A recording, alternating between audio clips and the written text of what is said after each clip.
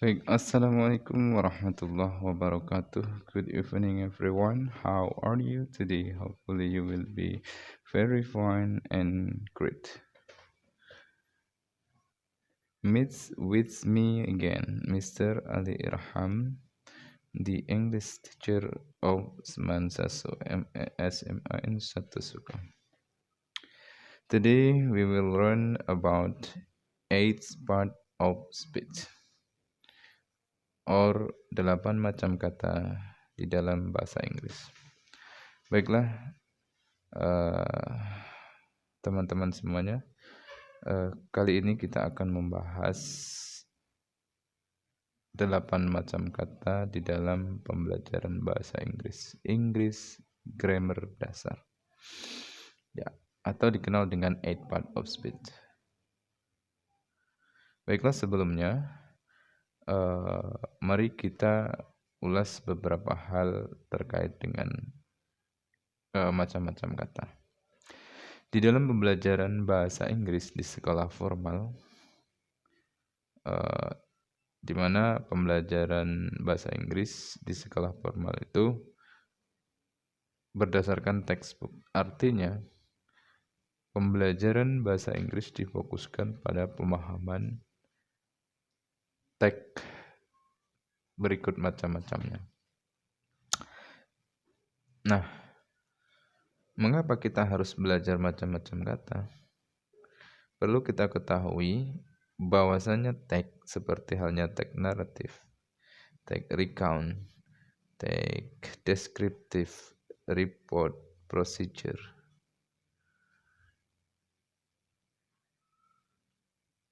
Mereka dikatakan teks karena terdiri dari beberapa paragraf. Dikatakan teks karena terdiri dari beberapa paragraf. Dikatakan paragraf karena terdiri dari beberapa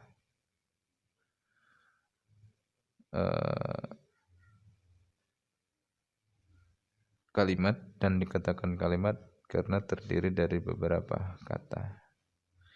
Dan dikatakan kata karena terdiri dari beberapa huruf, atau kita kenal dengan istilah alphabet song.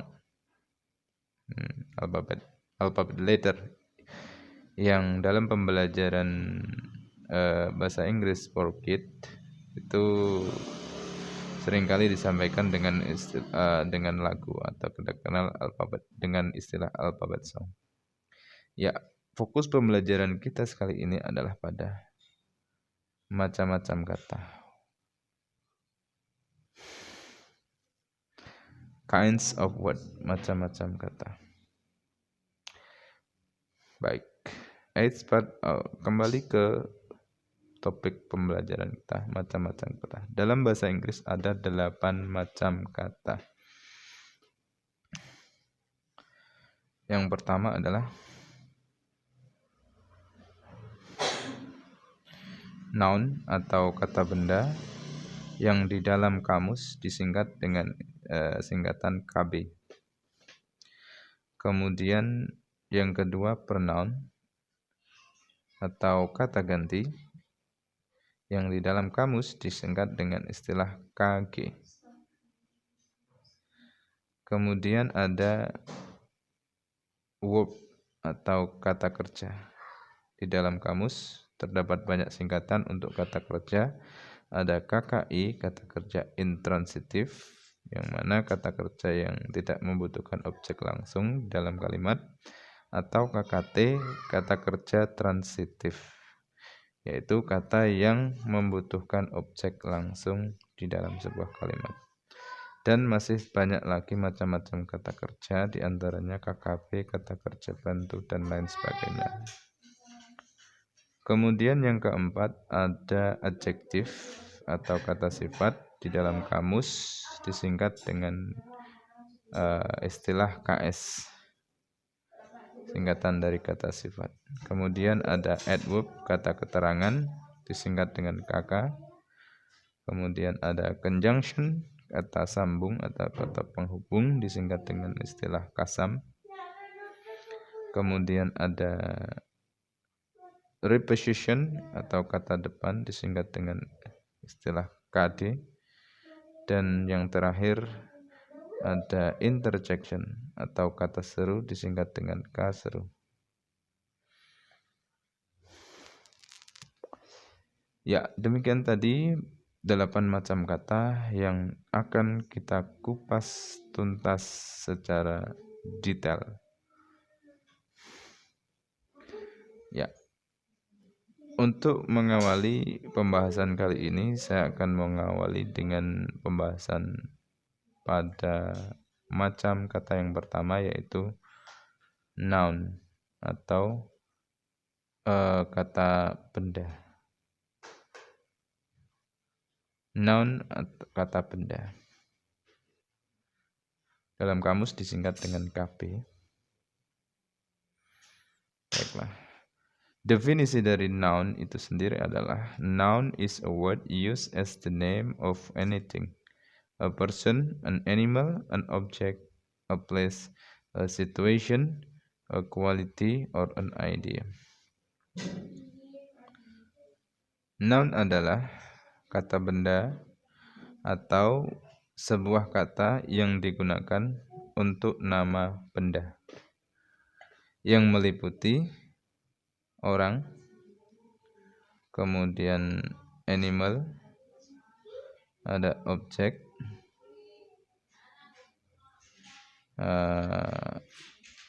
kemudian ada place, ada situation, quality atau sifat, dan ide. Simpelnya, kata benda itu atau sesuatu benda itu ada beberapa kategori. Ada kategori orang, ada kategori hewan, itu juga termasuk benda. Ada kategori objek di dalam kalimat, ada kategori tempat, itu juga kata benda. Situasi pun menjadi bagian dari kata benda. Sifat pun bisa menjadi bagian dari kata benda, juga gagasan atau ide. Baiklah, untuk lebih detailnya, mari kita perhatikan beberapa contoh kalimat yang di dalamnya terdapat kata benda. Ya, berikut adalah contoh-contoh kalimat yang di dalamnya terdapat kata benda. Perhatikan pada kata yang bercetak warna. Spesifikasi kata yang bercetak warna yang yang merupakan jenis-jenis kata benda berdasarkan kategorinya. Example yang pertama, take your book please. Perhatikan di sini ada kata book. Tolong ambil bukumu. Pada kata book itu book adalah kata benda kategori benda umum. Kemudian ada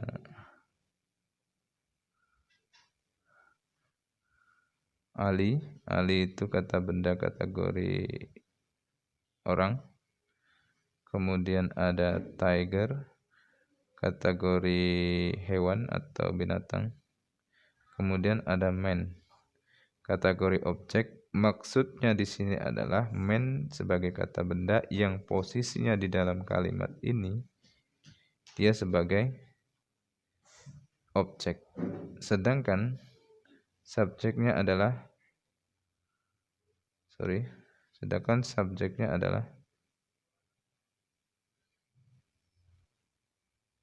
I. I adalah subjek dari kalimat, sedangkan man itu adalah objek dari kalimat tersebut.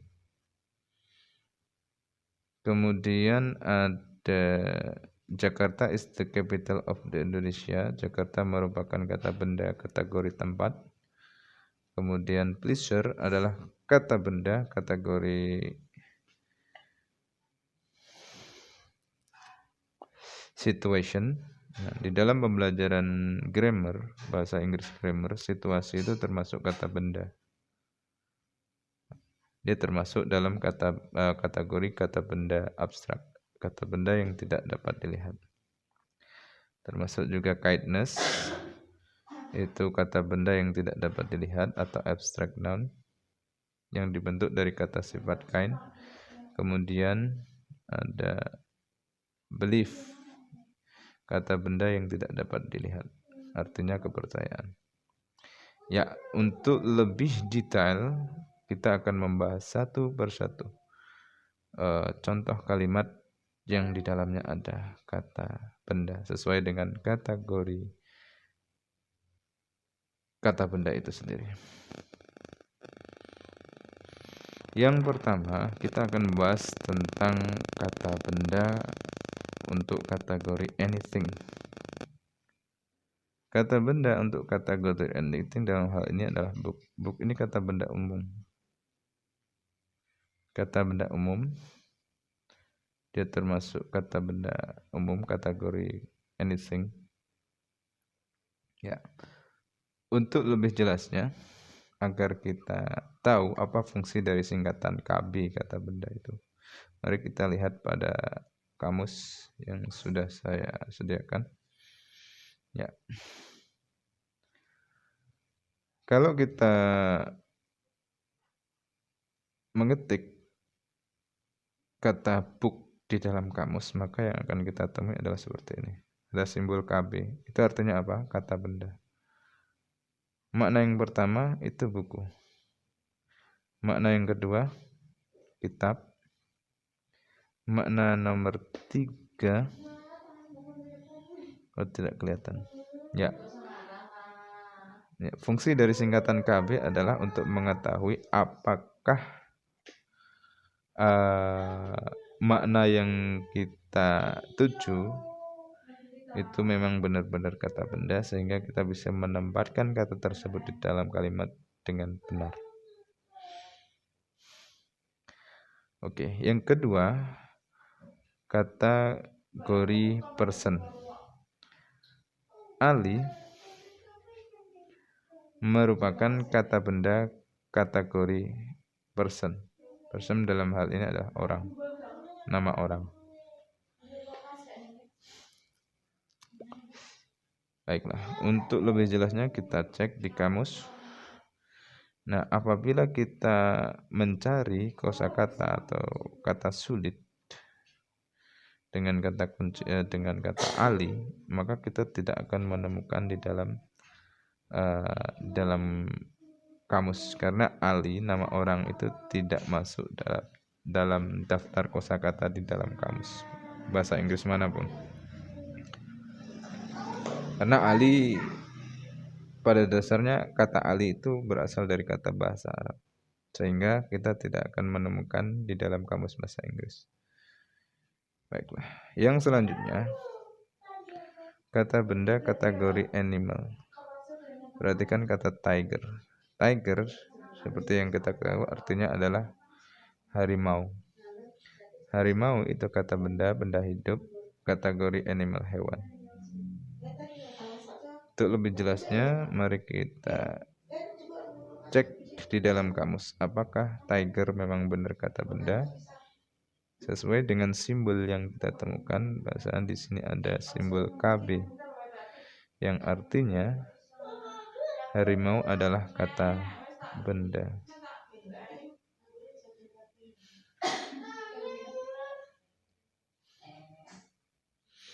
Kemudian ada man. Man kategori objek. Maksud dari objek di sini adalah posisi man ini adalah objek di dalam kalimat. Objek di dalam kalimat.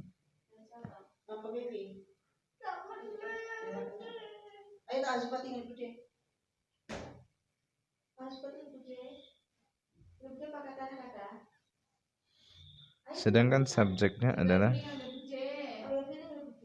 I. I merupakan subjek dari kalimat. Sedangkan meet adalah kata kerja. Mari kita cek di dalam kamus apakah man benar-benar kata benda. Nah, tepat sekali. Kita menemukan simbol KB. Man artinya pria. Simbolnya adalah KB. Termasuk kategori kata benda. Makna yang kedua, manusia. Masih pada kategori kata benda. Makna yang ketiga, suami atau kekasih. Itu juga masih dalam kategori kata benda. Baik, selanjutnya. Jakarta is the capital of Indonesia. Jakarta adalah ibu kota dari negara Indonesia. Mari kita perhatikan kata Jakarta. Jakarta merupakan kata benda kategori a place, kategori tempat. Seperti kota-kota lain, itu termasuk kata benda kategori tempat. Kita cek apakah Jakarta berkata kategori tempat. Ya, sama halnya dengan kata benda yang di dalam kategori orang itu tidak kita temukan di dalam kamus. Jakarta juga seperti itu. Nama tempat, nama kota itu tidak akan kita temukan di dalam kamus bahasa Inggris karena tidak termasuk kosakata.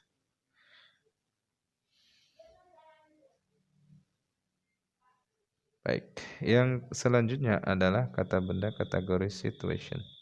Perhatikan kata pleasure. Pleasure itu adalah kata benda, artinya kebahagiaan, kesenangan.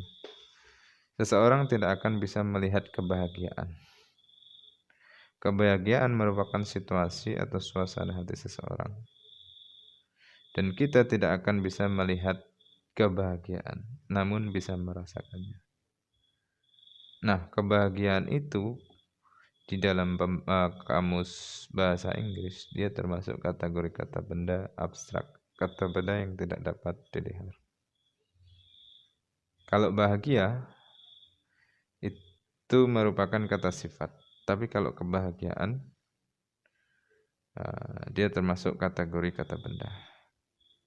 Jadi bandingkan antara bahagia dengan kebahagiaan. Saya bahagia. Tidak mungkin saya menggunakan dalam kalimat saya kebahagiaan. Kecuali jika kita menggunakan di dalam kalimat seperti ini. Saya mempunyai kebahagiaan hari ini. Meskipun maksudnya sama, makna tersiratnya sama, antara saya bahagia dengan saya mempunyai kebahagiaan, itu sama-sama ingin mengekspresikan kebahagiaan. Namun secara tata bahasa, dua kata tersebut antara please dengan pleasure itu mempunyai kategori yang berbeda. Please, bahagia itu kata sifat, sedangkan pleasure, kebahagiaan itu adalah kata benda. Baik, kita cek di dalam kamus. Apakah pleasure artinya kesenangan atau kebahagiaan itu memang benar kata benda? Ya, di sini ada simbol KB artinya kesenangan atau kebahagiaan. Makna yang kedua juga begitu, senang-senang. Baik, selanjutnya quality. Quality ini artinya sifat. Mari kita perhatikan kata kindness. Kindness artinya kebaikan. Kebaikan itu termasuk kata benda abstrak dari kategori sifat. Artinya apa? Kata kindness artinya kebahagiaan itu dibentuk dari kata sifat kind, artinya bahagia. Artinya kebaikan, baik. Kindness artinya kebaikan, sedangkan kind itu baik. Maka kindness itu merupakan disebut sebagai kata benda abstrak kategori quality, kategori sifat karena dibentuk dari kata sifat kind. itu sendiri. Untuk memperjelas apakah kindness atau happiness itu benar-benar kata benda, nah, kita lihat di sini ada simbol KB, artinya kebahagiaan. Sama halnya dengan happiness dibentuk dari kata sifat happy, kindness dibentuk dari kata sifat kind. Ya, selanjutnya, yang terakhir, my belief in Allah save me. Kepercayaan saya kepada Allah, kepercayaan saya bahwasanya Allah itu yang menjaga saya. Nah, kata belief itu berasal dari kata kerja believe menggunakan FEVE. Belief itu artinya kepercayaan. Ini merupakan kata benda abstrak kategori gagasan ide. Belief itu dibentuk dari kata benda belief. Dibentuk dari kata kerja belief yang artinya percaya atau mempercayai.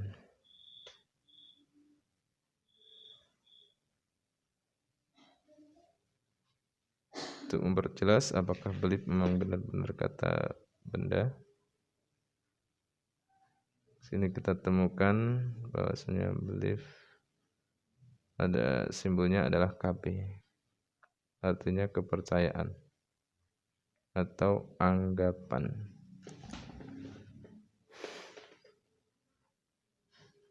Ya.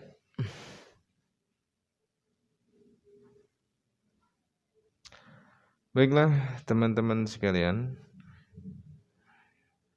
yang berbahagia, demikian tadi penjelasan saya terkait dengan 8 part of speech atau 8 macam kata di dalam kalimat yang saya awali dengan penjelasan singkat terkait dengan macam kata yang pertama, yaitu noun atau kata benda.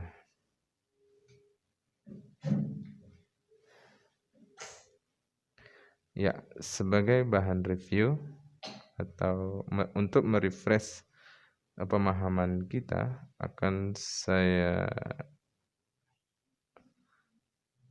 munculkan ulang tampilan atau slide show dari pembelajaran kita tadi.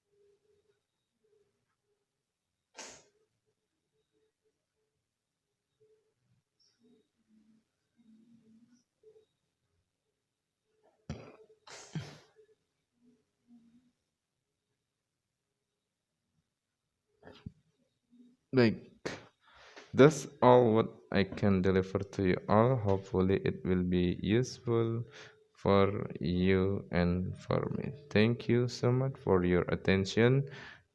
I'm sorry for any mistake. See you next time in the next video soon. And the last I say, Assalamualaikum warahmatullahi wabarakatuh.